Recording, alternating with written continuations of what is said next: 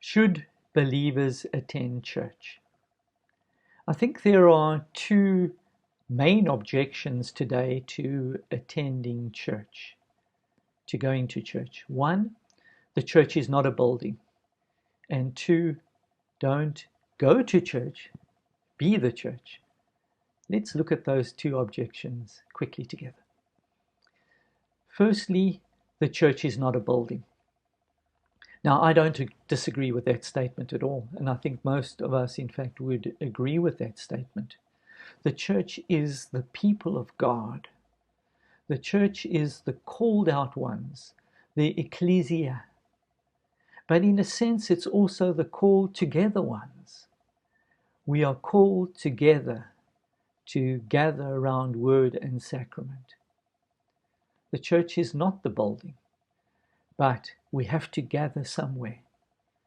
In early times, people met in synagogues, in the temple courts, and in people's homes.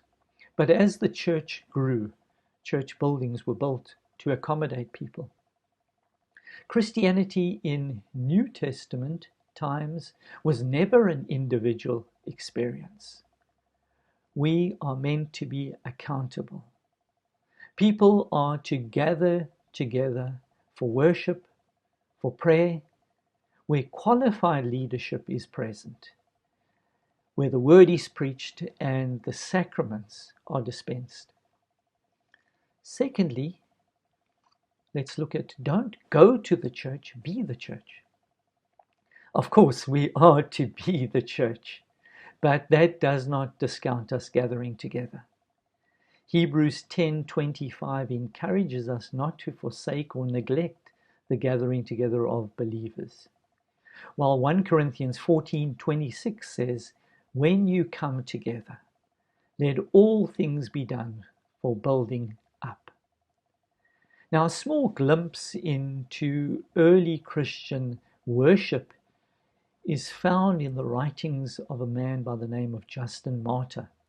He was a 2nd century Christian that lived from AD 100 to 165.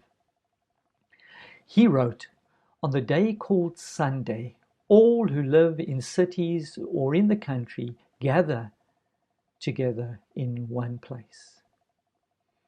Friends, whether you gather under a tree in a garden, whether you gather in a school hall, whether you gather in a library, whether you gather underground like the persecuted church, or whether you gather in a church building, the important thing is to gather together.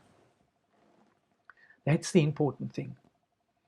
Notice that St. Paul's letters were addressed to actual gatherings of believers, to the Ephesians, to the Galatians, to the Colossians, to the Philippians, to the Thessalonians.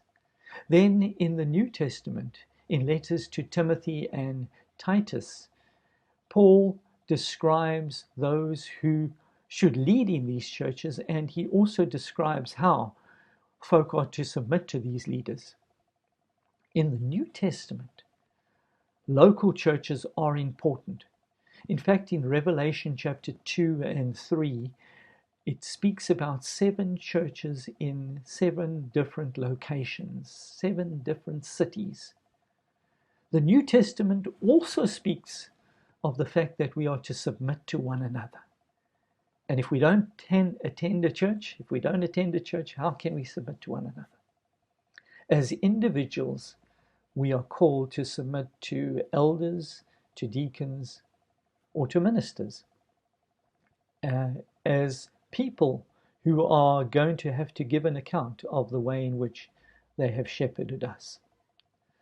So, can a Christian be a Christian and not attend a church? I think so.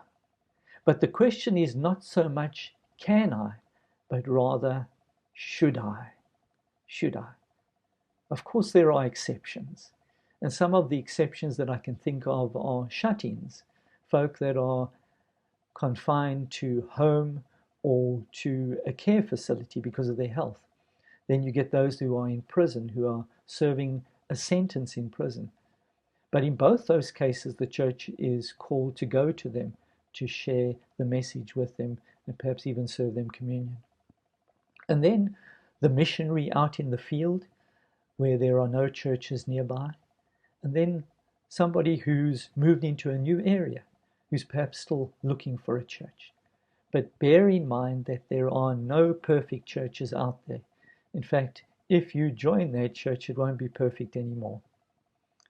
However, friends, I would argue, and I do argue this fact, with scriptural backup, I believe that the normal, healthy lifestyle of a Christian is to attend a local Bible-believing church where there is qualified leadership and where the word is preached and the sacraments are dispensed.